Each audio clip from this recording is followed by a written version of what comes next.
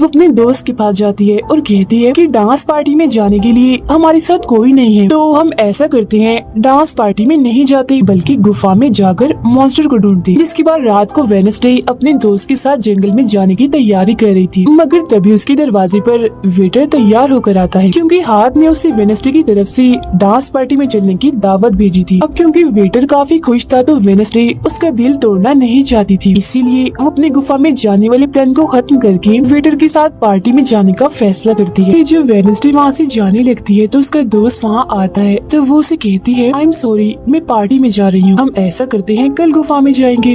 लेकिन उसका दोस्त बगैर बताए अकेला ही उस गुफा में चला जाता है। उधर पार्टी में सारे लोग आकर काफी एंजॉय कर रहे थे। सब लोग अपने अपने साथी को लेकर पार्टी में आए हुए थे, जहाँ जेवियर अपने साथ उस विलन लड़की को लाया था। लेकिन जब वेडनेसडे वेटर के साथ वहाँ आती है तो उन दोनों को साथ देकर जेवियर जलने लगता है। जब सब लोग डांस कर रहे थे तो वेडनेसडे की डांस करने की स्टाइल से सारे लोग काफी हैरान रह जाते हैं, क्योंकि वो काफी अजीब तरह से ही डांस कर रही थी। उधर जंगल में वेडनेसडे का दोस्त भी पहुँच गया था और छुपकर मॉन्स्टर की आने का इंतजार कर रहा था, मगर तभी वहाँ कोई आता है और उस गुफा में धमाका करके भाग जाता है। जेवियर लगातार उन दोनों को देखकर जल रहा था, इसीलिए वो विलन लड़की से कहता है कि तुम अपना लॉकेट उतारो और अपनी जेल परी से मेरे लिए मदद मांगो ताकि मैं वेडनेसडे को भूल जाऊं। जब सुन विलन लड़की भड़क जाती है और उसे कहती है कि तुम तो पहले ये कहते फिर रहे थे कि मैंने अपनी जेल परी से तुम्हें अपने काबू में किया है और अब तुम्हें किसी को बुलाने के लिए मेरी ही मदद चाहिए। तभी बाहर शरारती लड़कों का ग्रुप टैंकर लेकर आता है और डांसिंग क्लब के पंप में वो बड़ा सा पाइप लगा देते हैं और फिर तभी अचानक उस पार्टी में खून की बारिश होने लगती है, क्योंकि जो टैंकर वो शरारती लड़के लाए थे जिसका पाइप उन्होंने लगाया था उसमें दरअसल खून था। ये देख सारे लोग घबरा जाते हैं और पार्टी से भागने लगते हैं, मगर वेडनेसडे वहीं खड़ी रहती है, क्योंकि उसे तो अब और मजा आ रहा था, क्योंकि वो बारिश खून की नहीं बल्कि कलर की थी जिसमें वो काफी एंजॉय कर रही थी। तभी वेडनेसडे को ख्याल आता है जिसमें वो देखती है कि उसका दोस्त अकेला ही जंगल में चला गया है, जहाँ वो मुसीबत में है, उसकी जान खतरे में है, इसीलिए वो जंगल की तरफ उसे बचाने के लिए भाग जाती है। उसके दोस्त के पीछे दरअसल वो मॉन्स्टर पड़ गया था जिससे बचकर वो भाग रहा था। वो मॉन्स्टर एक बार उस पर हमला करता ही है कि तभी वेडनेसडे उसे ढूंढते हुए वहाँ आ जाती है। तब मॉन्स्टर उसे देखकर वहाँ से भाग जाता है। वो अपने दोस्त को बेहोश पड़ा हुआ देखकर काफी घबरा जाती है। इतनी ही देर में उसकी टीचर भी उसका पीछा करते करते वहाँ आ गई थी, जिसके बाद उसके दोस्त को हॉस्पिटल ले जाया जाता है और वेडनेसडे खुद वापस अपनी एकेडमी में आ जाती है, जहाँ वो अपने डैड पर लगे इल्जाम को सुलझाने की कोशिश कर रही थी कि आखिर सच क्या। एकेडमी में सारे माँ बाप अपने बच्चों से मिलने आते हैं, क्योंकि आज मीटिंग थी। प्रिंसिपल सबको बताती है कि वेडनेसडे के दोस्त की हालत में सुधार हो रहा है, कुछ दिन के बाद ठीक होकर वो वापस आ जाएगा। मगर दूर खड़ी वेडनेसडे अपने रूममेट को बताती है कि ये झूठ है, वो तो कोमा में है बेचारा। तभी यहाँ दोनों के माँ बाप आ जाते हैं और ये उनसे मिलने चली जाती है। वेडनेसडे अपने मॉम डैड को बताती है कि जब से आपने मुझे यहाँ छोड़ा है मेरे ऊपर बहुत सारे हमले हुए हैं। अब इन सभी को अपनी अपनी फैमिली से मिलता हुआ दूर खड़े जेवियर और विलन लड़की देख रहे हैं, क्योंकि उनकी मॉम डैड आज भी नहीं आए। अब विलन लड़की सुधर गई होती है, साथ ही उसकी जेवियर के साथ दोस्ती भी हो गई थी, तो अब से हम उसे जेवियर की दोस्त कहें। तब इतनी ही देर में उसकी मॉम भी इधर आ जाती है, जिसे देखकर वो काफी हैरान थी। वेडनेसडे की माँ बाप प्रिंसिपल से मिलते हैं तो वो कहती है कि वेडनेसडे काफी अजीब तरह से सबसे पेश आती है, इसे डॉक्टर के पास ले जाए इलाज करवाने के लिए। अब इससे पहले वहाँ उसके माँ बाप कुछ कहते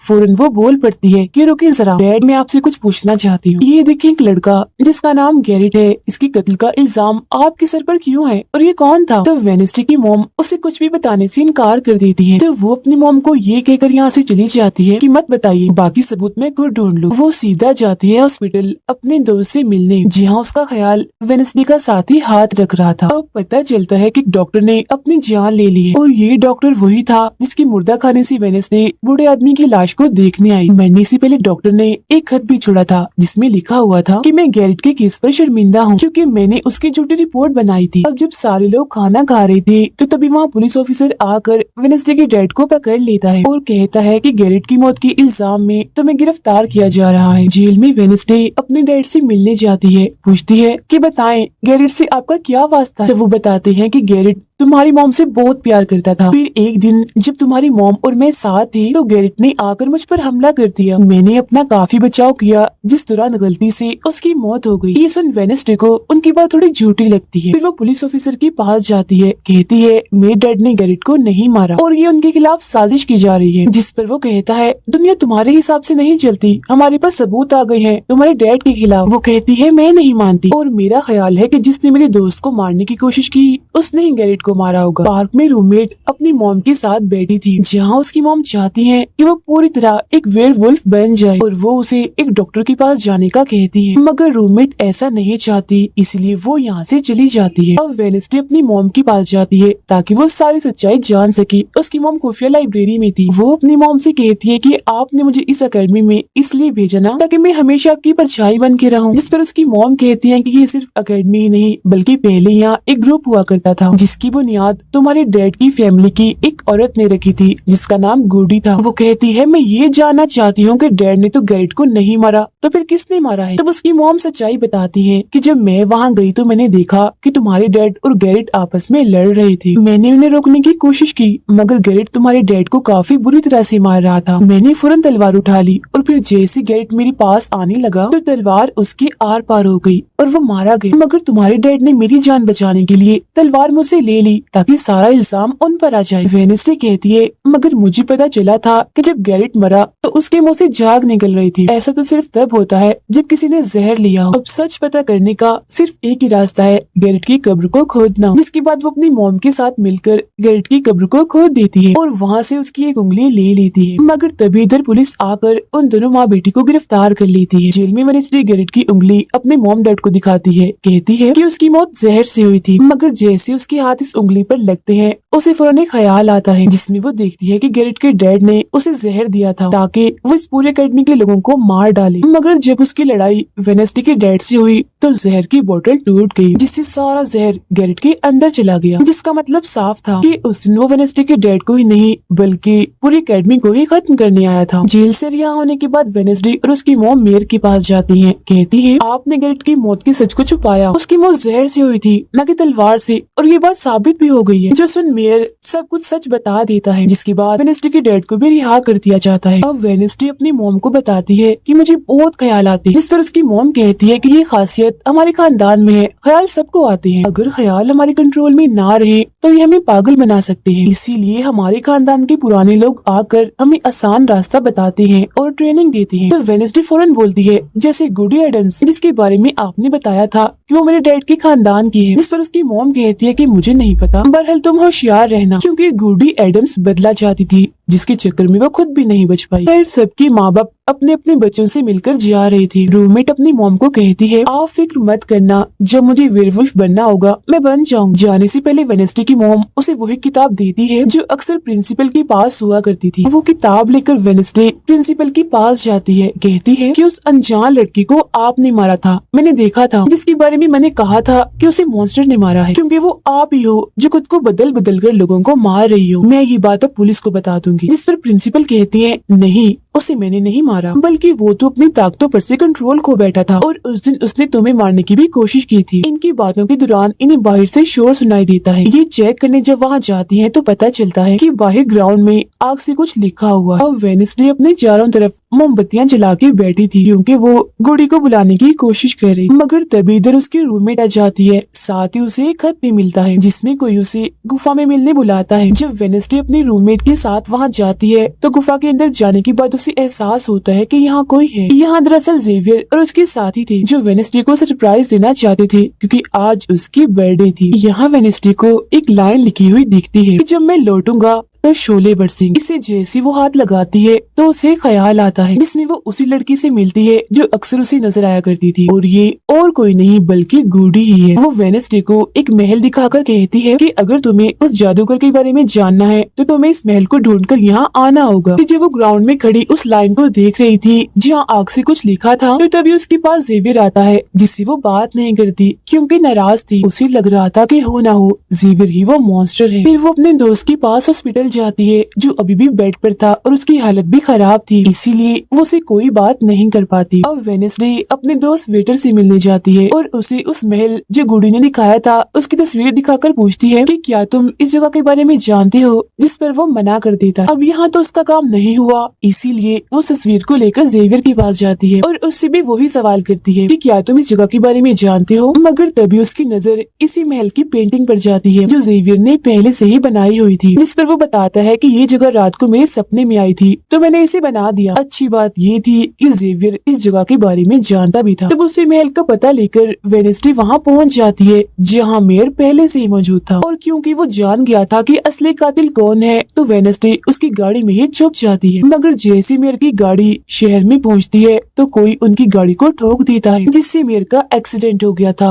वो काफी जख्मी हो जाते हैं, उनकी हालत मरने वाली हो गई। फिर अब रात के वक्त वेडनेसडे वेटर और अपने रूममेट के साथ उसी महल में आती है। यहाँ उसे ऐसा महसूस होता है जैसे कोई इधर रह रहा है, क्योंकि मोमबत्तियां गर्म थी और ये कमरा बिल्कुल साफ था। इतनी ही देर में वो मॉन्स्टर भी यहाँ आ जाता है, जिससे बचने के लिए ये लोग छुप जाते हैं। ये लोग देखते हैं कि जिन जिन लोगों पर मॉन्स्टर ने हमला किया था उनके जिस्म के कटे हुए हिस्से यहाँ पर पड़े हुए हैं। अब वेडनेसडे अपने दोस्तों को मॉन्स्टर से बचाना चाहती थी, इसीलिए वो उन्हें यहाँ से ले जाती है। ये वेटर के घर जाते हैं जहाँ जैसे उसकी डेड आती है तो वेडनेसडे उन्हें कहती है कि मैं आपको कुछ दिखाना चाहती हूँ, क्योंकि वो पुलिस ऑफिसर जो थे वो जब उन्हें महल में ले जाती है तो वहाँ पर कुछ भी नहीं था। मतलब जिस्म के कटे हुए हिस्से जो पहले यहाँ पर रखे हुए थे अब वो वहाँ पर नहीं पड़े थे, जिससे पुलिस ऑफिसर को गुस्सा आ जाता है और वो कहते हैं कि आज के बाद तुम मेरे बेटे से नहीं मिलोगी। अब जब वेडनेसडे एकेडमी आती है तो वहाँ उसे प्रिंसिपल मिलती है जो कहती है कि तुम्हें मैंने कहीं भी जाने से मना किया था मगर तुमने मेरी बात ना मानकर अच्छा नहीं किया। जिस पर वो जवाब देती है मैं सच का पता लगवाने गई थी, इसीलिए मैं माफी नहीं मांगूंगी, मैंने कुछ गलत नहीं किया है। जिसके बाद वो प्रिंसिपल को एक पेंटिंग भी दिखाती है जिसमें वो जादूगर था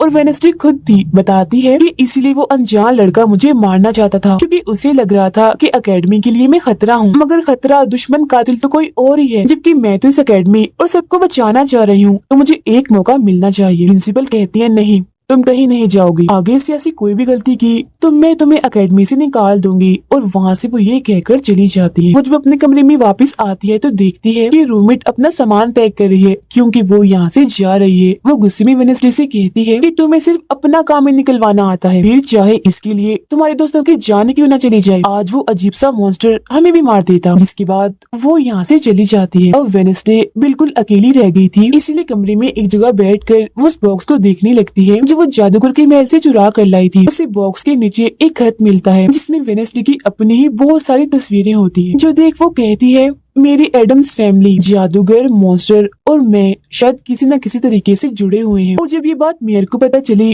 तो किसी ने उनका मुंह बंद कर दिया, मगर मैं चुप नहीं बैठूंगी और तुम जो कोई भी हो मैं तुम्हें ढूंढ लूंगी, देखना। अब मेयर की मौत हो गई थी और जब उन्हें दफनाया जा रहा था तो वेडनेसडे वहाँ आती है और सोचने लगती है कि कातिल यहाँ आए लोगों में से कोई है। मगर तभी उसे जंगल में कोई दिखता है। वो पीछे करती है तो पता चलता है कि और कोई नहीं बल्कि उसका अंकल है। अंकल बताते हैं कि मेरे ऊपर चोरी का इल्जाम है, कुछ वक्त के लिए मुझे छुप के रहना होगा। तब वेडनेसडे उन्हें एक केबिन में छुपा देती है और मॉन्स्टर की तस्वीर दिखाकर पूछती है कि आप इसके बारे में कुछ जानते हैं। जिस पर वो कहते हैं मैं ज्यादा कुछ तो नहीं जानता, अगर तुम्हें इसके बारे में जानना है तो तुम्हें खुफिया लाइब्रेरी में जाना होगा। वहाँ एक तिजोरी में डायरी है जिसमें इस मॉन्स्टर के बारे में सब लिखा है। आधी रात को वेडनेसडे उस लाइब्रेरी में जाती है जहाँ जेवियर पहले से ही मौजूद था। तब ये उसे कहती है जहाँ जहाँ मॉन्स्टर से हमला हुआ है वहाँ तुम पाए गए हो, तो हो ना हो मॉन्स्टर तुम ही हो। मगर वो उसकी बात को अनसुनी करके यहाँ से चला जाता है। तभी इधर उसकी अंकल आते हैं। ये मिलकर डायरी को ढूंढ लेते हैं जिसमें इस मॉन्स्टर के बारे में सब कुछ लिखा था कि ये मॉन्स्टर किसी के कंट्रोल में भी आ सकता है और फिर बस ये अपने मालिक के कहने पर ही काम करता है। रात के वक्त वो अपने साथी हाथ को कहती है कि मैं वेटर से मिलने जा रही हूँ, तब तक तू मेरी डायरी का ख्याल रखना। ये जब वेटर के साथ गुफा के अंदर जाती है तो देखती है कि यहाँ उसने गुफा को सजाया हुआ है, क्योंकि वो उसे शादी के लिए पूछने वाला था। वापिस आकर वेडनेसडे देखती है कि उसके कमरे का सारा सामान इधर उधर बिखरा पड़ा है और उसकी डायरी कोई चुरा कर यहाँ से ले गया है। फिर जैसे वो अपने साथी हाथ को देखती है तो घबरा जाती है, क्योंकि उसकी हथेली में किसी ने चाकू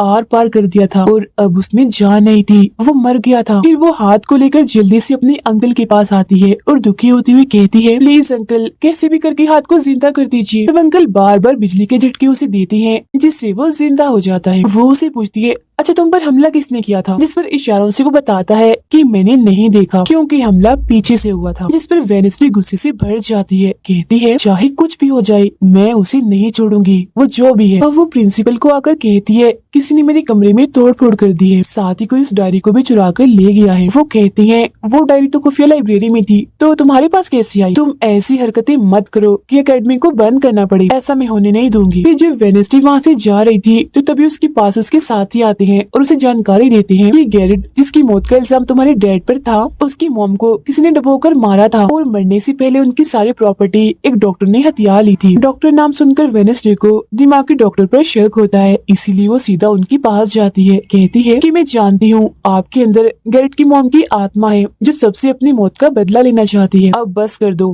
तुम्हारा खेल खत्म हुआ। जिसके बाद वो यहाँ से चली जाती है। ये सारी बातें सुन डॉक्टर को जरा भी समझ नहीं आती कि क्या बोल रही थी, इसीलिए वो फौरन प्रिंसिपल को कॉल करती है, कहती है वेनेसडे आई थी, उसका बर्ताव काफी अजीब था, उल्टी उल्टी बातें कर रही थी वो। अब तभी यहाँ मॉन्स्टर आ जाता है जो डॉक्टर पर हमला करके उन्हें मार देता है। अब डॉक्टर तो मर गई थी, इसीलिए वेनेसडे की शक की सुई अब जेवियर पर आ जाती है, इसीलिए वो उसे मिलने उसके कैबिन में जाती है। यहाँ उसे मरे हुए लोगों का सामान भी मिलता है जिससे उसका शक और पक्का हो जाता है। अब तभी इधर पुलिस भी आकर जेवियर को पकड़ लेती है, क्योंकि पुलिस को यहाँ पर वेनेसडे ने ही बुलाया था। अब जब वेनेसडे कमरे में आती है तो उसकी रूममेट वापस आ गई थी, कहती है तुम्हारा और मेरा कोई ताल्लुक है, मैं तुम्हारे साथ रहना चाहती हूँ, मैंने तुम्हें और हाथ को बहुत याद किया। फिर इसके बाद वेनेसडे वेटर के पास जाती है, जहाँ उसे फिर से कुछ ख्याल आने लगते हैं, जिनमें वो देखती है कि मॉन्स्टर और कोई नहीं बल्कि वेटर ही है जिसे वो पसंद करती है। मगर फिलहाल वो उसे कुछ नहीं कहती, उसे एक जगह पर लाती है और फिर कहती है कि जेवियर को तो फंसाया जा रहा है जबकि असली मॉन्स्टर तो तुम ही हो, मगर वो इसके लिए बार बार मना करता है। तभी यहाँ वेनेसडे के सारे दोस्त भी आ जाते हैं और वेटर को पकड़कर कुर्सी से बांध देते हैं। अब वेनेसडे उस पर जुल्म करना चाहती है, मगर उसके दोस्त ऐसा करना नहीं चाहते,